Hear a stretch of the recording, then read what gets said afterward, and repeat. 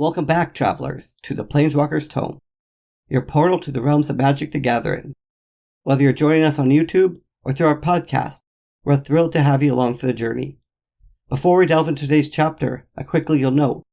While we're diving into the rich worldcraft by Wizards of the Coast, it's important to remember that this is an unofficial audiobook, produced with the love and respect for the original content.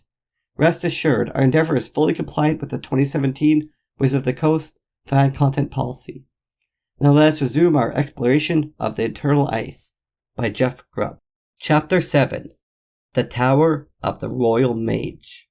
Most of the ancient nations of Tezier were ground beneath the boot heels of the brothers, torched by the church, and then buried by the ice. Yet one nation rose in those cold lands, and flourished in those last centuries before Freylis' spell. For those years, and the greatest and last nation of Tezier was Kordor. Kordor was named after one of its founders, Oriel Kordor, who led a pack of refugees from the earlier city-state, one now buried beneath the glaciers, to the present site of the city of Kjeld. As a nation they prospered, helping others stave off the cold. Soon the nation occupied much of the eastern quarter of Tezier, and had trading ties with the Elves of Findhorn, and the other small city-states to the west. The capital and throne was moved to the expanding merchant city of Krav, though the summer palace remained in Kjeld. Krav and Kjeld formed two of the three largest cities of Kjeld, the third being Soldev, an independent city-state known for its clockworks and artisans.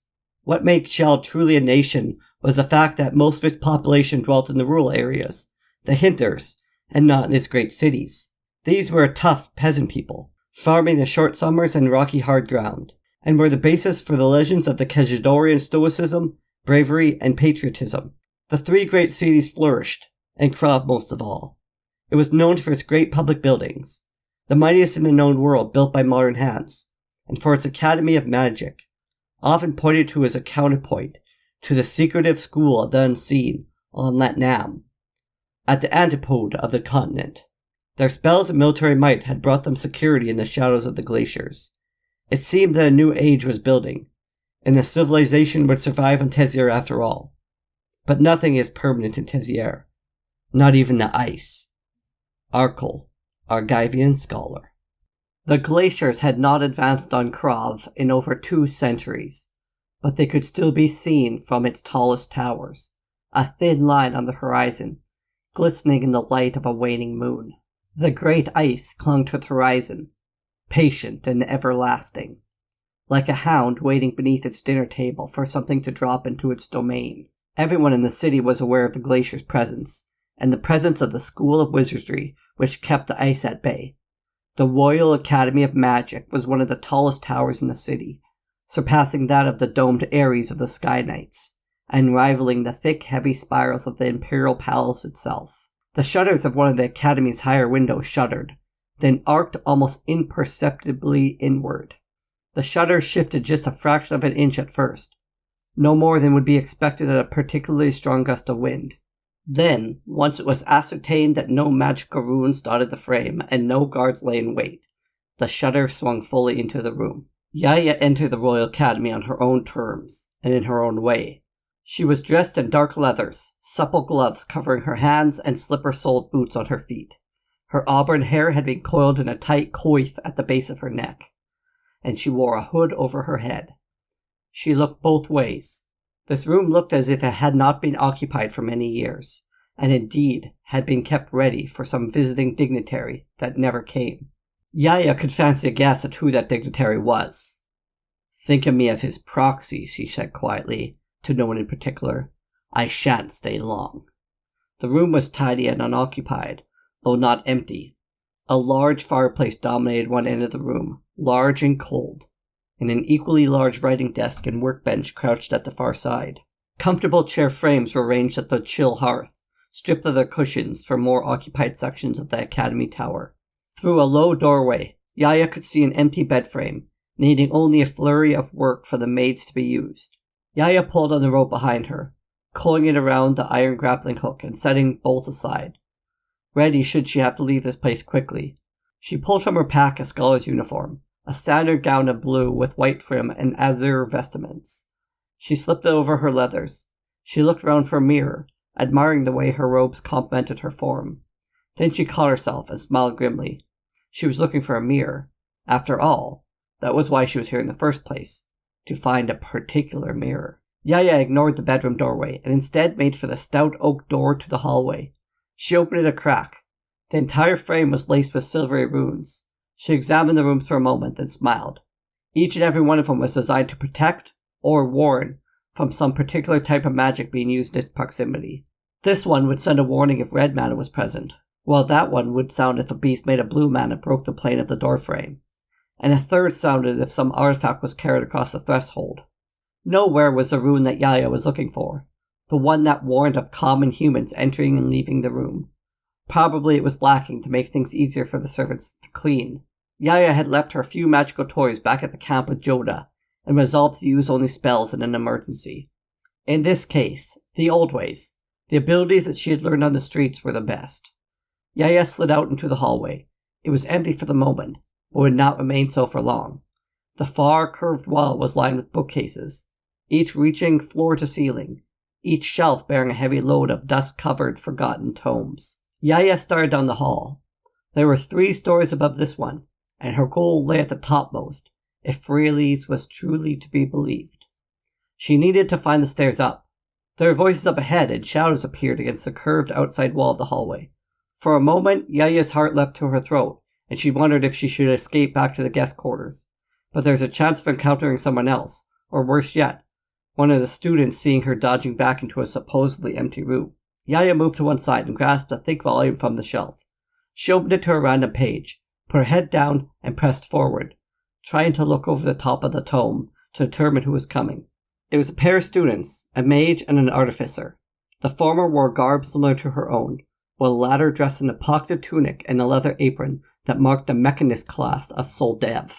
The two ignored Yaya as they passed her, for they were involved in a heated discussion about the possible location of Urza's original school. The artificer argued that some locations had to match up with ancient maps of a set of ancestral caverns.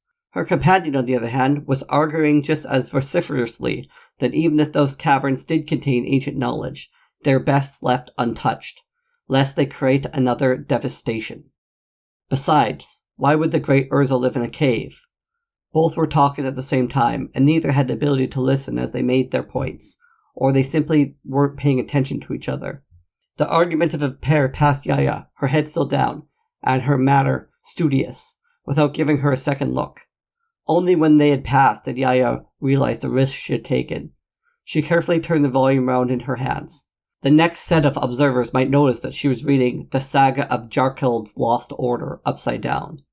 The tower was cored through by a massive staircase, spiraling upwards. She met 2 more mages on the stairs, but they seemed to be lost in their own thoughts, and did not bother her. The stairs spiraled up 2 more levels and ended abruptly in a landing with a door.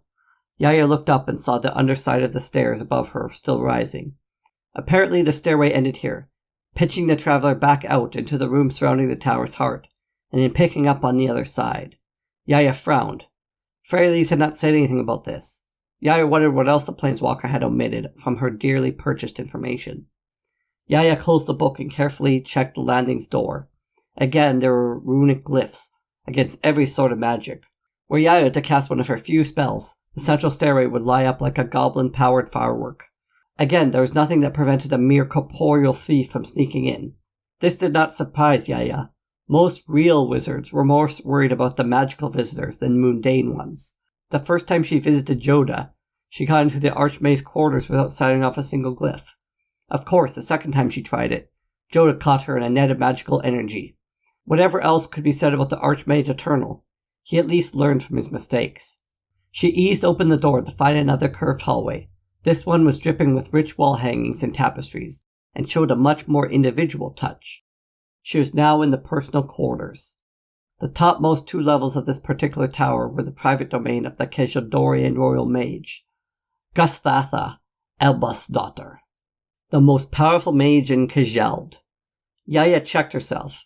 Elbasdottir was the most powerful recognized wizard in the kingdom. The artificers from the city of Soldev would question the powers of artifice against that of spells, and the rebellious followers of Mad Zur still haunted the hinterlands.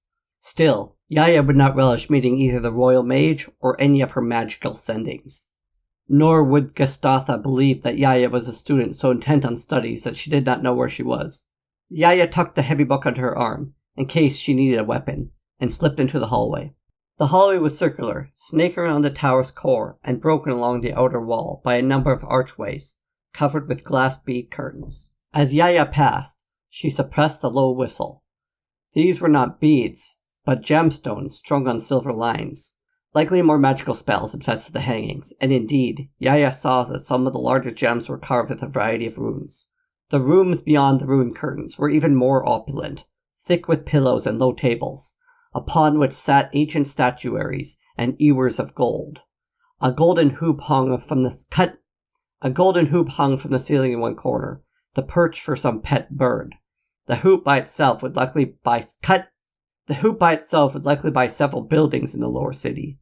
Were they not here for one particular item, Yaya would be tempted to liberate a few additional items from Gustatha's private stock. The idle thought delayed her enough to prevent her retreat. Ahead and above, from the upper floor, something chimed, low and melodious. Yaya looked round. Had she inadvertently tripped some alarm? She now heard the footsteps. Thin, slippered feet, moving quickly on carpeting. They were almost upon her. Yaya backed up quickly along the hallway. It was too late to try the door she'd come in. She retreated, looking for a bolt hole to dodge into as a soft pad of feet neared. She retreated about a quarter turn around the tower, past the door to the landing. The hallway ended here with a solid wall and an open room to the right, marked with carvings on the floor. There was no curtain of beaded, rune-carved gems. Cursing softly, Yaya dodged into the room as the footsteps were almost upon her. Gustatha Ebelsdaughter, the royal mage in the service of King Darien of Kordor, entered her private reception chamber, pulled the tie of her robe shut, her normally calm, dark face furrowed with irritation. The walls of this chamber were covered with ornate wall hangings, pleasing to the eye, and thick enough to keep the worst of the early winter chills at bay. The center of the room was covered with an ornate pattern carved into the exposed stone of the tower floor by Zur himself. The royal mage picked up a small censer and lit it, swinging it back and forth gently on its silver chain until the incense within it caught and smoked sweetly. As she did so, the low chime came again. "Hold on," muttered the dark-haired mage. "Don't get your knickers in a knot, cousin.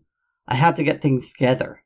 Gustatha set the smoking censer in the center of the ornate carvings and stepped back, running her fingers through her long black hair as she did so. She folded her arms and glowered at the smoke curling up from its myriad vents. Come on," said the royal mage, tapping a slippered foot. "I should just leave this going all the time these days." She shook her head in frustration. Behind the hangings near the entrance, Yaya held her breath and watched the proceeding from the gap between the two thick tapestries. The incense wafted everywhere, and Yaya hoped it would not make her sneeze. Naturally, as she thought it, the Tsar tickled the inside of her left nostril. With painful slowness, the smoke from the censer thickened in the middle of the room, gaining first solidity and then color. It twisted at last into the form of an extremely fashionable middle-aged woman.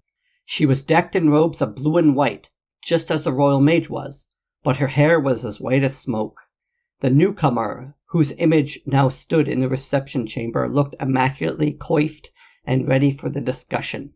Gustatha did not. "Greetings to the royal mage of Kjell, Krav, and Soldav, Gusta Ebelsdaughter from the Magus Pro Tem of the Unseen, Gerda Edgesdaughter of the School of the Unseen at Latnam." "Greetings, cousin," cut in the dark-haired mage. "What do I owe this late-night call? Do you ever sleep?" The figure in smoke allowed herself a leisurely smile. "I do apologize for the lateness of the summoning, but I thought you'd want to know of the present situation from me and at the soonest moment possible." "Regardless of the time," growled Gustatha. "Again, my apologies," replied Gerda, not sounding horribly sorry about it. "I realize how much you prize your beauty sleep." "You use the summoning smoke for a reason, cousin," said Gustatha, tapping her foot. "You really should pay attention to the proper forms, cousin," said the Magus of the Unseen. "It is what separates us from the beasts and barbarians. If you have a rank, you should behave accordingly." "Particularly since your rank is so recently minted," said the royal mage, and even beneath the thick velvet, Yaya could hear the barbs in Gusthatha's tone. Once more you called for a reason. Gerda, Agnes' daughter, laid her hands in front of her, apparently contrite, and said, I have heard from a source at Trezelhorn. Our mutual friend is no longer a guest there. He has escaped. Behind the tapestries, Yaya caught her breath. They were talking about Jodah. Gusthatha straightened, her eyes bright. She smiled grimly. I told you that this was a bad idea. No, said Gerda. You said dealing with the necromancer was a bad idea. And it was, retorted the royal mage. Now your former master is on loose, and I bet I know where he is heading. And you'd be wrong, said Gerda. He's probably coming to Grubb, on great magical wings to visit you. Me? Gusthatha allowed herself a smile, her white teeth flashing. I would say he's coming for you, dear girl. After all, if I were him, I'd be after the one who had pirated me away in the first place, and it turned out to an insecure prison at that. In the smoke, Gerda's face clouded. Your concerns at the time, if I remember them correctly, cousin, were that the necromancer would be too effective at keeping the archmage in his prison. It was Gusthatha's turn to snap. You were dealing with one of Keljador's enemies. Of course I'm concerned. You should have never given Limdul access to that much power and knowledge. Yaya poked her head a little further from behind the tapestries. The smoke image of the magus had her while the royal mage had her back to the door, and to Yaya. Yaya wondered how much of the surroundings the magus of the unseen could see from her end of the communication. Probably a little more than a royal mage could. Magus Gerda smiled, and Yaya froze. But the white-haired wizardess grin. Magus Gerda smiled, and Yaya froze. But the white-haired wizardess grin was merely the smile of one who had succeeded in goading a rival. So you said, and I must confess, that you have been proven correct. Limdul showed himself unable to hold the prisoner, even in his reduced state. I marvel at the fact that the necromancer is such a plague to your people. He seemed quite pleasant to me. Is there something that you're doing wrong? Gusthatha's face flushed darker. Brave words from a wizard hidden behind a wall of 10 miles thick ice. A glacier grown, I might remind you, by the very man you've had spirited off.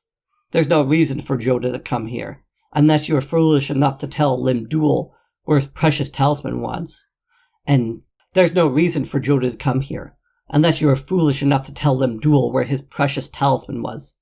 Are you truly that foolish? Yaya slipped out fully from behind the hanging. The two female wizards did not notice her. Gerda raised both hands, effortlessly batting her cousin's question away. I merely caused this from formality. A warning. A warning you would not have to give, snapped Gertha, had you been wise enough to entrust your undying master with me. All that power in one place, said Gerda, her pale eyebrows raised in mock indignation. What if you wanted to unlock his secrets? Or worse yet, if he escaped your clutches? Keljador is rife with factionalism these days. Any one group would love to have an addled archmage on their side. Yaya slipped out of the reception chamber as Gusthatha, the royal mage, started to go on at length about the protections on the tower against magical assault. Yaya paused for a moment, sorely tempted to tap the blue wizardess on the shoulder and show her the emptiness of her claims. It would be worth tweaking the mage, but Yaya had more important fish to fry. Yaya padded as quietly as possible down the curved hallway, heavy tome still under her arm. She passed the door to the stairs down, and the beaded curtains, and passed several other study rooms and libraries of various types. She also passed a number of closed doors, marked with eldritch glyphs. She was right in that the hallway spiraled around almost the circumference of the tower, before coming to another set of steps leading up. There were no magical wards here. The royal mage would need to be able to access her own domain freely. Yaya sneaked up the stairs, crouching and almost using her free hand to steady herself on the steep risers.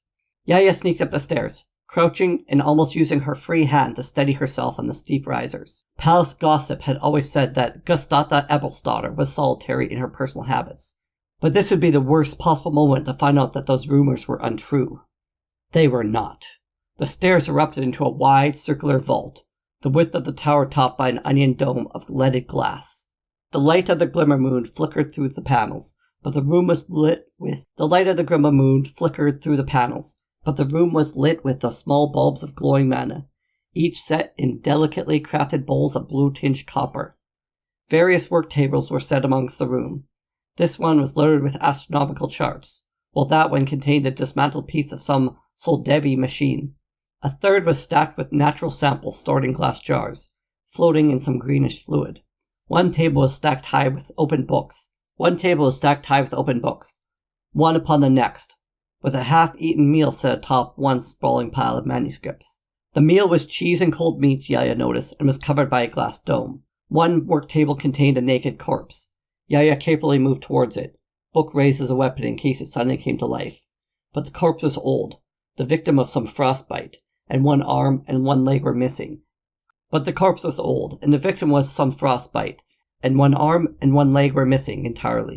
From the incisions that crisscrossed the corpse's chest, peeling back the flesh, Yaya was sure the royal mage had been examining the damage by cold to its internal organs. Yaya let out a sigh of relief.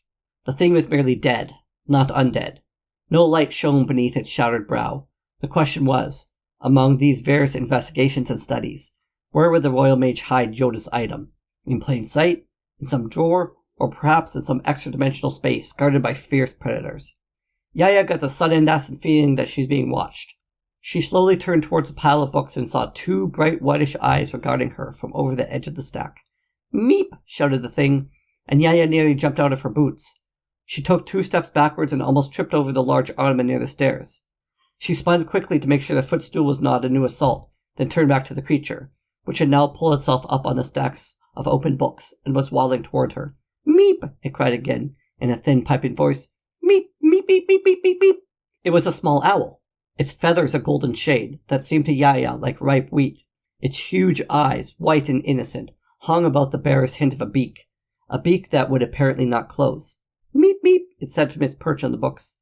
Yaya let herself relax, but only a touch. It was a familiar, a pet, some magical creature that the royal mage had whipped up to aid her in her work, to keep her company. A magical fetch and carry. Yaya was afraid she would have to contend with an imp or even a small drake, but not this rotund, comical thing. She dismissed the owl from her mind and looked around again. There had to be some clue into where in this organized mess the item was. She could not count on Gusthatha to keep her cousin. Were they really related? Yaya wondered. Occupied for much longer, though she was sure that each woman would want to get in the last word. In the meantime, somewhere in here was the item that Freyleys claimed they needed to cure Jodah. Unless the planeswalker lied, or more likely, told only half the truth. Again. For its part, the owl did not like being ignored. It took a deep breath and shouted in a screeching squeak like a small abandoned child in the market. "Meep!" Yaya wheeled and put a finger to her lips. "Shh," she said, wondering if she should risk a spell and send this creature away with its feathers smoldering. The creature merely leaned forward and hissed, "Shh," in a quiet voice, that whispered, "Shmeep." Then it leaned back, looking very proud of itself. Yaya raised an eyebrow. Apparently the owl was smarter than it looked, and the royal mage did not consider absolute loyalty to be worry for her magical servants. Yaya wondered how intelligent the creature might be. "I need a mirror," she said calmly, and softly, feeling stupid as it said, "A mirror." The creature's eyes lit up. Apparently one of its duties was to bring equipment to its mistress. It jumped off the edge of the counter, and Yaya was sure that it was going to splatter itself against the floor. Instead, it spread its tiny wings and glided softly to the floor, skittered as it landed, shouting, "Meep, meep, meep, meep, meep, meep." There was a thump, and Yaya looked up. The creature had crossed the room and found a large dressing mirror, as large as Yaya herself. The creature could not carry it, so instead it slammed its feathered head into it, crying for attention. Yaya cursed and crossed to where the delicate creature was. It looked up to her and said, "Meep?" "Small mirror," she said, holding out her hands, fingers splayed, as if it was holding it. She offered a half-hearted but earnest prayer to Freyleys that the royal mage would not return at this moment. There were more ignominious ways to die than being caught by an angry mage while talking with his familiar, but she could not think of any of them at the moment. The creature twisted with its head almost entirely around its body, trying to imagine what Yaya was talking about. It framed its tiny beak around the words, "Mal meep mer." While its eyes widened, it shouted "meep" one more time, and lit off for another edge of the circular room. Yaya shook her head. At least the creature would be occupied while she searched. She started with the desk the creature had been guarding. It made sense, since she would leave her familiar, if she had one, to guard valuables. Of course her familiar would be large, far-breathing, and have a taste for the flesh of intruding thieves. But that was neither here nor there. The desk was piled high with open books, and Yaya noticed that there were military records. There were unit documentaries, historical references, and reports of ancient battles, not only with the barbarians and the Barduvians of the north, but with the forces of the necromancer himself. Beneath the books was a map, keyed in different colors for different years, of where the various battles had occurred. One shade was used for barbarian battles, while another darker shade was used to designate encounters with Limdul's forces. The skirmishes with the Balduvians were all over the map, in a wide fan across the northern lands. The battles with Limdul's undead told a different story. With each year, the dark marks clustered closer and closer to the isolated cities that made up Kajaldor, Krav, Soldev, and Kajeld itself. The necromancer was winning a war of attrition, Yaya noticed. No wonder the royal mage was so upset at her cousin about Limdul getting hold of Jodah. It seemed that the necromancer was doing very well on his own, even before Jodah's arrival. She wondered if Gastatha had told her cousin of Limdul's successes. Probably not. She struck Yaya as being stiff-necked and proud. The thought of 2 mages brought Yaya back to the present, and she quickly rummaged through the pile of reports. Nothing. She opened drawers, slowly at first, fearing that they'd be trapped. More drawers opened, quicker and quicker without success. Yaya cursed and moved behind the next counter, the one with the corpse. Behind her, the familiar was making muffling meeping noises. Nothing around the corpse, nothing in the drawers, behind the counter, other than a dusty set of tools, and voluminous notes written in a small, precise hand. Gritting her teeth, Yaya peered into the chest cavity. Nothing there. That was not supposed to be there, though what was present was dried and desiccated. Behind her, the creature's imploring wails grew louder, and Yaya wheeled, finger to her lips to shush him again. Then she saw what the familiar was dragging across the floor. It was a circular mirror, about the span of her hand. It was without a frame or ornament, and looked like nothing more than a component of a larger device. The creature had it in its beak, lugging it over to her. Yaya knelt forward and picked up the mirror, brushing the feathery creature away. It flowered up to the side of the desk, and watched as Yaya examined the mirror. Yes, it felt familiar, though she had never seen it before. It carried with it the feeling of great age, of another era. She turned it over in her hand and caught her own reflection. Red, brown hair, bound tightly back, and green eyes. Behind her reflection, she could make out the flicker of something else, a shadowy and indistinct reflection of a person, dark-haired, a stern visage that she knew all too well. Jodah. She could see a ghost of all the times the archmage had used the mirror. She had found it, or rather the sorceress's familiar had found it, all too willing to help. The creature recognized Yaya's look of success, and launched into its own victory dance, swinging from one side to another, waving its wings in the air. Meep, meep, meep, meep, meep, meep, meep. It crowed at the top of its little lungs as it spun in place. Meep, meep. Yaya slapped the glass dome of the royal mage's evening meal over the creature, and put the thick volume of the Saga of Jarkold's Lost Order on top of it. The creature trapped beneath looked up at the task mage with confused, wide eyes. Neep, it said blatantly. Neep yourself, said Yaya, smiled as she tucked the mirror under the scholar's robe and started very quickly down the stairs. With luck, she'd be clear of the tower and the city itself before the royal mage knew what was missing. Behind her, the small golden-feathered creature scowled, then threw itself against the side of the glass dome. The dome shifted, weighted book and all, a fraction of an inch. The creature launched itself again, and bounced itself against the glass again, another fraction of an inch. Again and again. With each lunge, the small owl moved its glass prison closer to the edge of the desk. This concludes Chapter 7 of our saga. If you enjoyed the tale so far, don't forget to like, subscribe, and follow us on both YouTube and your preferred podcast platform. Your support means the world to us. Until next time, may your adventures be as boundless as the plains themselves. Thank you for listening.